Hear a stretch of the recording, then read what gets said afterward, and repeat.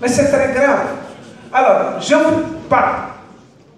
On va devant des difficultés. Le président Sall sait que les prochaines élections ne lui seront pas favorables. Et il a décidé malgré tout de rester. Alors, ce qu'il va faire, c'est de gagner administrativement les élections et non de les gagner politiquement. C'est très clair. Je m'arrange pour que ceux qui me sont favorables soient dans le fichier et que ceux qui me sont défavorables ne soient pas dans le fichier. Alors, c'est à nous de prendre nos responsabilités. Le bon Dieu ne descendra jamais pour régler ces problèmes à notre place.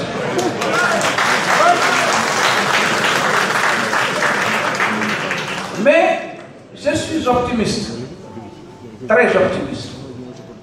Macky Sall ne s'imaginait pas que les leaders à Dakar seraient prêts à faire face à la répression pour exercer et protéger leur liberté.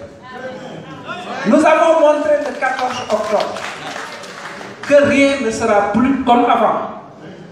Nous sommes prêts. S'il est prêt à envoyer la troupe sur les populations qui sont avec l'opposition, il n'a qu'à le faire. En tout cas, nous descendrons dans la rue pour protéger nos libertés.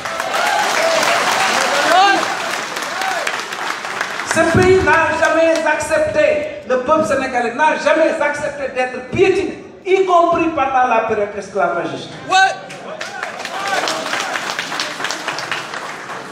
Alors, aujourd'hui, on pense qu'on peut réduire les Sénégalais au silence et faire ce qu'on veut. Ça ne se passera pas. Mais l'affaire Franck Timis, mais le Burkina Faso vient de mettre en place une commission d'enquête parlementaire qui a épinglé Franck Timis.